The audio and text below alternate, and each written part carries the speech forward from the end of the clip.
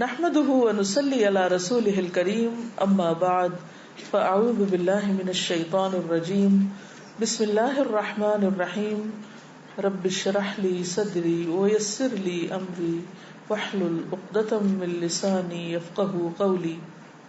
کون حدیث سنائے گا؟ سنائیے. عن عبد الله بن عمرو قال ان رسول اللہ صلی اللہ علیہ وسلم قال. عن عبد الله بن عمرو ان رسول الله صلى الله عليه وسلم قال الدنيا متاع وخير متاع الدنيا المرأة الصالحة. احسنتی. کتاب مسلم کتاب اللہ. اولا رواہ مسلم، یعنی اس کو مسلم نے روایت کیا ہے. ٹھیک ہے، بس کوئی اور ہمت نہیں کرے گا. اگر غلطی بھی ہوگی تو کیا ہوا؟ جی آپ سنائیے. عن عبد الله بن عمرو عن عبد الله بن عمرو ان رسول الله صلى الله عليه وسلم قال الدنيا متاع وخير متاع الدنيا المرأة الصالحة رواه مسلم. اوکے، اگر اتنا بھی ہو جائے کافی. رواہ مسلم. ٹھیک ہے. اچھا، یہ جو لفظ ہے نا عمر، بہت سے لوگ اس کو درست نہیں پروناؤنس کر پاتے. کوئی اس کو عمرو پڑھتا ہے، کوئی عمر ہی پڑھ دیتا ہے. تو اصل میں واو جو ہے یہ عین کے اوپر زبر کی علامت ہے یہاں پر، یعنی اس کی علامت کے طور پر کہ عمر نہیں بلکہ عمر ہے. تو اب لکھنے میں تو عمر اور عمر ایک ہی طرح لکھا جاتا ہے، لیکن پڑھنے میں پھر کیسے فرق کیا جائے، تو اس فرق کو واضح کرنے کے لیے واو کا اضافہ کیا گیا ہے. ٹھیک ہے. سازا آپ نے کہا تھا کہ گھر جا کے غور و فکر کیا کریں، تو میں نے ایک جو حدیث آپ نے بتائی تھی المرأۃ الصالحہ، تو اس میں خدیجہ نے سالہ ہماری جو حدیث ہے کتاب الوحی، اس کو میں نے دوبارہ پڑھا. تو اس میں سے میں نے کچھ پوائنٹس لکھے تھے. ایک تو یہ تھا کہ نبی صلی اللہ علیہ وسلم پر وحی آنی شروع ہوئی، جیسے ابھی آثار شروع ہوئے تھے نا، تو آپ کو تنہائی اچھی لگنے لگی. آپ صلی اللہ علیہ وسلم گھر سے باہر رہنے لگے اور پھر گھر آتے تھے، کھانا لے کے چلے جاتے تھے. تو خدیجہ رضی اللہ عنہا نے کبھی سوال نہیں کیا کہ کہاں جا رہے ہیں اور مجھے اکیلا چھوڑے، بچے اکیلے، کچھ بھی نہیں. پھر اس کے بعد جب وحی آئی پہلی اور گھر آئے اور نبی صلی اللہ علیہ وسلم نے کہا مجھے کمبل اڑا دو، تو انہوں نے پھر بھی سوال نہیں کیا کہ آپ کو کیا، فوراً کمبل اڑا دیا، یعنی ان کو فزیکل کمفرٹ دیا. پھر اس کے بعد جب نبی صلی اللہ علیہ وسلم نے کہا کہ مجھے میری جان کا خطرہ ہے، پھر انہوں نے ان کو جیسے الفاظ کے ذریعے مورل سپورٹ کیا، اور جیسے جو آپ نے ساری باتیں بتائی.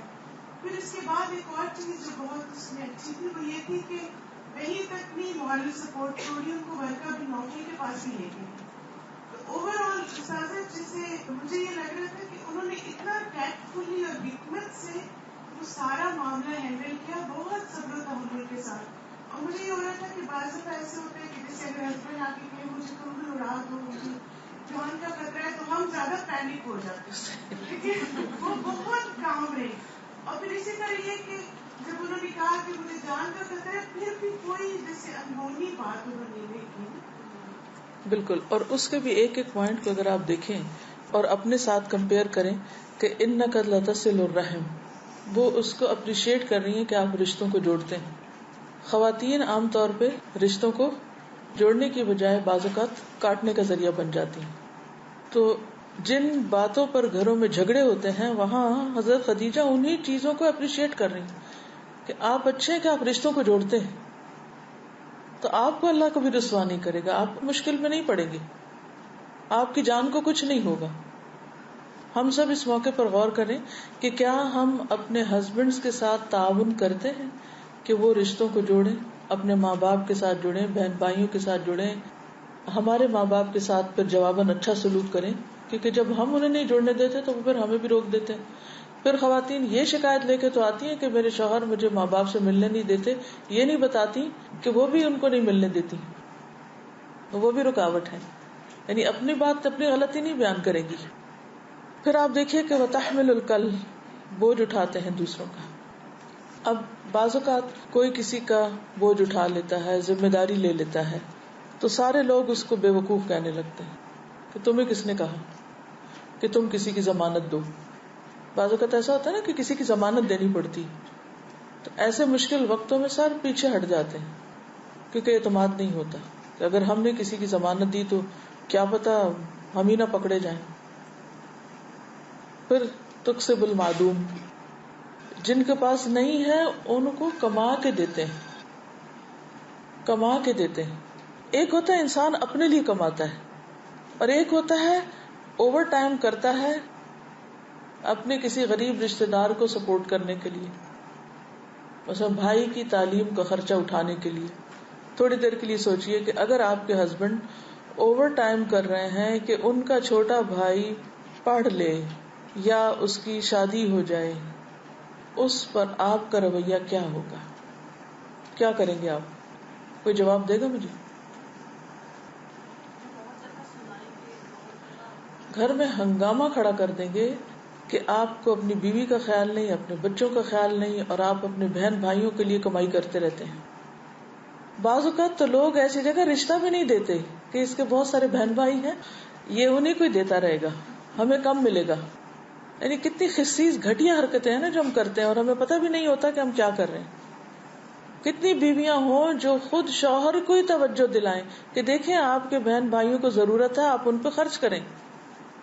یعنی ہم سب کو اپنے اپنے دلوں، نیتوں، عمل کا جائزہ لینا چاہیے کہ کیا ہمارا یہ اخلاق ہے کہ شوہر کے خاندان کا ہم خیال کر رہے ہوں، ہم توجہ دلا رہے ہوں کہ دیکھو اس کو بھی دینا چاہیے، اس کو بھی دینا چاہیے، اس کو بھی دینا چاہیے. بعض اوقات ایسا ہوتا ہے نا کہ بہن بھائی ضرورت سے زائد کا مطالبہ کر لیتے ہیں، پھر شوہر ہم ہی سے آ کے کہتے ہیں کہ میرے اس بھائی نے تو مجھے تنگ کر دیا، اب میں اس کا کیا کروں، تم بتاؤ. یہاں بھی آپ دیکھیے کہ اگر آپ کہیں گے کچھ نہ کرو تو بھی آپ برے ہوں گے، اگر آپ کہیں اچھا کرو تب بھی آپ برے ہوں گے. آپ کو کریڈٹ نہیں ملنے والا، کیونکہ بھلے شوہر یہ کہہ رہے ہیں کہ میرا بھائی مجھے تنگ کر رہا ہے، میں ایک مثال دے رہی ہوں آپ کو، لیکن جب آپ کہیں گے کہ نہیں آپ اچھا کریں تو وہ کہیں گے تم میری نہیں سنتی ہو، میری طرفداری نہیں کرتی، تب بھی ناراض ہوں گے. اور اگر انہیں دونوں وے میں آپ پھنسے ہوئے ہیں تو بہت مشکل فیصلہ ہوتا ہے. اس وقت کیا کرنا چاہیے ایسے موقع پر؟ جی پیچھے سے آپ فرمائیے کیا کہنا چاہیے.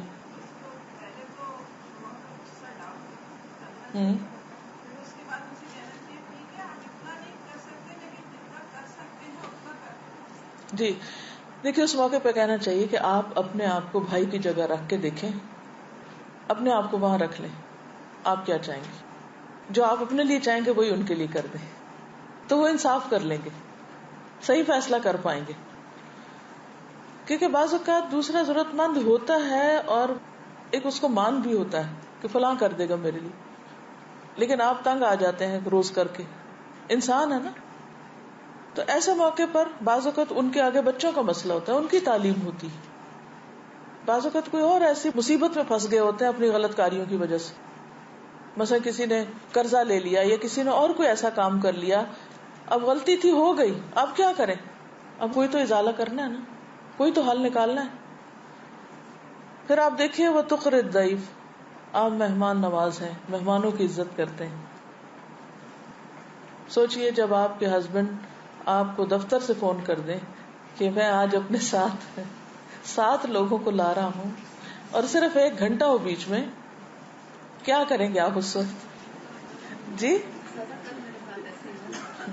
کل ہمیں کہیں جانا تھا صبح، پھر ہم شام کو واپس آنا تھا. میرا ٹائم بالکل لاسٹ مومنٹ پہ تھا. میرے میاں نے بنے پیچھے میری ماموں سسر کی بیٹی ہے، وہ یہاں ہوتی ہے، اس کا کھانا کر دیا. آپ یقین کریں کہ میری تو ٹینشن اندر سے بری حالت تھی، اب پہنچوں گی کہ نہیں پہنچوں گی. آخری مومنٹ تک وہ کہتے رہے کہ بھائی ہم تمہیں چھوڑ جائیں گے. میں نے کہا ٹھیک ہے آپ چھوڑ جائیے گا، وقت پہ نہ پہنچی تو ٹھیک ہے. لیکن الحمدللہ بالکل ٹائم پہ پہنچے. اور وہیں سے ہی مطلب ٹائم ہی نہیں تھا، نہ میں نے اپنے آپ کو ڈیمانڈ کی کہ میں نے کپڑے بدلنے ہیں، منہ دھونا ہے، کچھ بھی. اور جب میں وہاں گئی اور آلریڈی میں صبح کچھ بنا کے گئی تھی، وہ بھی کہہ دی کہ آپ وہ بھی لے جائیں. وہ سارے اتنے خوش ہو گئے کہ یہ تھی بھی نہیں اور اس نے سب کام بھی ہو گئے. بالکل. بعض اوقات ایسا ہوتا ہے کہ اب گھر میں بھی کچھ نہیں اور مہمان بھی آ رہے ہیں اور سارا پریشر آپ پہ آ گیا. آپ اپنی جگہ 100% درست ہیں کہ آپ پر زیادتی ہو رہی ہے اور دوسرا فریق اس وقت ظلم کر رہا ہے. پھر بھی اس کی سچویشن میں جا کے دیکھیے کہ ہو سکتا ہے کہ اس کی بھی اس وقت بڑی شدید مجبوری ہو. اب اس وقت آپ اپنا رونا نہ لے کے بیٹھ جائیں کہ میرے ساتھ کیا ہو رہا ہے. یہ رونے کا وقت نہیں ہے. اب اس وقت آپ اس سچویشن کو آسان طریقے سے ٹیکل کریں.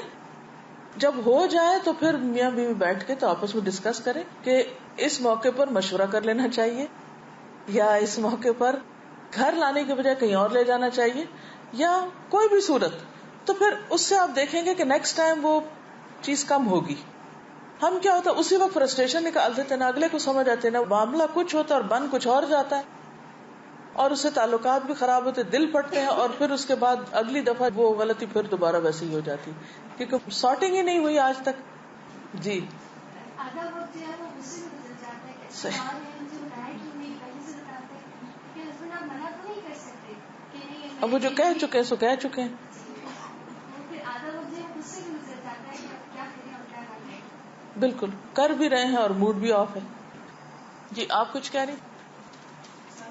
جس رشتے کو جتنا زیادہ جوڑنے کا حکم ہے اسی میں ہی شیطان اتنا زیادہ رفتار ڈالتا ہے. بالکل یقین کریں جیسے سگے بہن بھائی ہیں یا جیسے ہسبینڈ کے رشتے دار ہیں, جو بھی نا انہیں سے زیادہ تکلیف بھی ملتی ہے اور انہیں میں زیادہ امتحان بھی ہوتا ہے. بالکل صحیح. جب سے آپ نے یہ سمجھایا ہے ان رشتوں کو نبھانا اتنا آسان ہو گیا. اچھا اب ہمیں تو پھر سمجھ آ گئی, بچوں کو سمجھ میں نہیں آتی. بچے ہمیشہ یہ شکایت خدا نے ایسے کہہ دیا, وہ خدا نے ایسے کہہ دیا. تو میں ہمیشہ ان سے کہتی ہوں کہ بیٹا دیکھو جیسے جنت جو ہے نا وہ ریپ ہے, مطلب اس کا راستہ بہت مشکلات سے سجا ہوا ہے. اسی طرح ایسے لوگوں کو اپنے لیے ایسا گفٹ سمجھو which is the most beautiful gift wrapped in the most ugly paper. تو وہ تھوڑا بچوں کو سمجھ میں آنے لگ جاتا ہے. الحمدللہ ان کے اندر جو ہے نا الحمدللہ ڈیولپ ہوتی چلی جا رہی ہے. الحمدللہ. چلیے آگے چلیں ہم. اگلا حصہ تھا حدیث کا وَتُعِينُ عَلَى نَوَائِبِ الْحَقِّ. حق کے معاملے میں جو مشکلات آتی ہیں ان میں آپ مددگار ہوتے ہیں. اب اس میں آپ دیکھیے کہ بیوی کی ایک ذمہ داری یہ بھی بنتی ہے کہ شوہر اگر کوئی خیر اور بھلائی کا کام کر رہا ہے, نیکی کا کام کر رہا ہے, تو اس معاملے میں وہ اس کی مددگار ہو. مثلا یہاں حضرت خدیجہ کا جو کردار ہے کہ آپ جا رہے ہیں غار حرا, تو وہ ایک طرح سے مددگار ہیں. اسی طرح ان پر ایک خاص کیفیت طاری ہو رہی ہے تو اس مزاج کو بھی وہ سمجھ رہی ہیں. بعض اوقات ایسا ہوتا ہے کہ کہیں کوئی حادثہ ہو جاتا ہے تو آؤٹ آف دا وے جا کے انسان کو اپنا مال یا کچھ لگانا پڑتا ہے. اب دوسری طرف بھی ایک خاص ضرورت ہے, لیکن یہاں پر بھی بیوی اس میں آڑے آ جاتی ہے بعض اوقات کہ نہیں آپ یہ یہاں نہیں دیں گے, یہ چیز فلاں کو نہیں دیں گے, یہ کام ایسے نہیں کریں گے. نہیں, اگر شوہر ایک جائز درست کام کر رہا ہے تو اس میں اس کی مدد کرنا ضروری ہے. یہ ان کوالٹیز میں سے ہے جس پر حضرت خدیجہ جو ہیں وہ اپنے شوہر کو اپریشیٹ کر رہے ہیں. خلاصہ یہی تھا کہ المرأۃ الصالحہ جو ہے, نیک بیوی جو ہے, اس کی ذمہ داری بنتی ہے کہ وہ کیا کرے, کیا کرے. صرف خود اپنی نماز روزے کی پابندی نہیں, بلکہ شوہر اگر اچھے کام کرنا چاہتا ہے تو اس کو نیک کام میں مدد دے. جیسے قرآن مجید میں آتا نا والمؤمنون والمؤمنات بعضهم اولیاء بعض, مومن مرد اور عورتیں ایک دوسرے کے مددگار ہوتے ہیں. بعضهم اولیاء بعض, تو یہ اولیاء بعض کا معنی کیا ہے ایک دوسرے کا مددگار ہونے کا؟ یہی ہے کیونکہ اکیلے انسان خیر اور بھلائی کے بہت سے کام نہیں کر سکتا. ایک ہوتی ہے آپ کی ذاتی عبادت, آپ اکیلے بیٹھ کے قرآن کی تلاوت کریں, ذکر کریں, صدقہ کریں, کوئی کام کریں, کوئی ہنر کریں, کچھ بھی. اور ایک آپ کی دوسروں کے ساتھ ڈیلنگ ہوتی ہے. تو ذاتی عبادت جہاں ضروری ہے وہاں دوسروں کے ساتھ ڈیلنگ بھی بہتر ہونی چاہیے. اور دوسرے جب کوئی اچھا کام کرے تو ان کی مدد, اس کو بھی تھوڑا سا میں ایلیبوریٹ کروں گی کیونکہ اس میں ہم بعض اوقات بہت خطا کر جاتے ہیں. یعنی کس طرح آپ نماز پڑھ رہے ہیں, آپ نے اپنی نماز بھی پڑھ لی, تسبیح بھی کر لی, سب کچھ کر لیا, ایک ہے یہ آپ کی ذاتی عبادت. ایک یہ ہے کہ جب کوئی نماز پڑھ رہا ہو تو اس کو فیسیلیٹیٹ کرنا, اس موقع پر ٹی وی نہیں لگانا, باتیں نہیں کرنا, ایسے کام نہیں کرنا کہ جس سے اس شخص کی نماز ڈسٹرب ہو.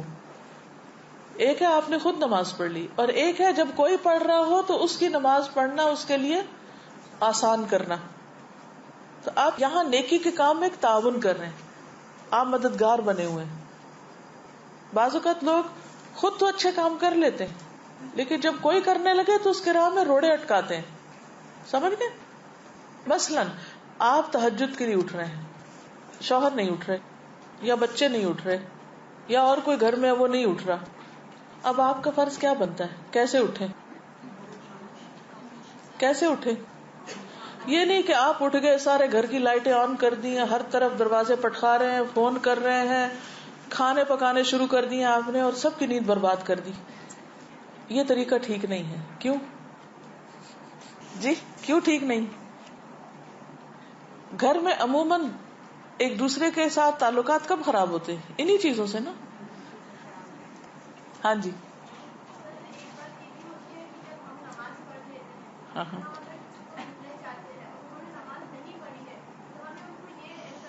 ہاں بالکل, بہت اچھی بات آپ نے کی. بعض اوقات ہم تو اپنے گھر سے نماز پڑھ کے چلے گئے اور جہاں پہنچے وہ غریب کہہ بھی رہا ہے کہ میں وضو کر کے نکلا ہوں, تو ہم کہتے ہیں ہم 2 منٹ لیں گے, ذرا آپ بیٹھ جائیں. بلیو می, جب بھی زندگی میں مجھ سے کسی نے کہا 2 منٹ, اس نے کبھی 2 منٹ نہیں لیے. مجھے قطعاً 2 منٹ کا اعتبار نہیں. 2 منٹ کہہ کے بٹھاتے, اگلے کی نماز جا رہی ہے اور بالکل احساس نہیں کرتے کہ بھئی اس کو چھوڑ دیں تاکہ اس کی نماز ہو. وہ کہہ بھی رہا ہے کہ مغرب کا وقت ہے, ٹائم جا رہا ہے, نہیں آپ 2 منٹ بات سن لیں بس میری. ٹھیک ہے, اللہ تعالی ہم سب کو عمل کرنے والا بنائے.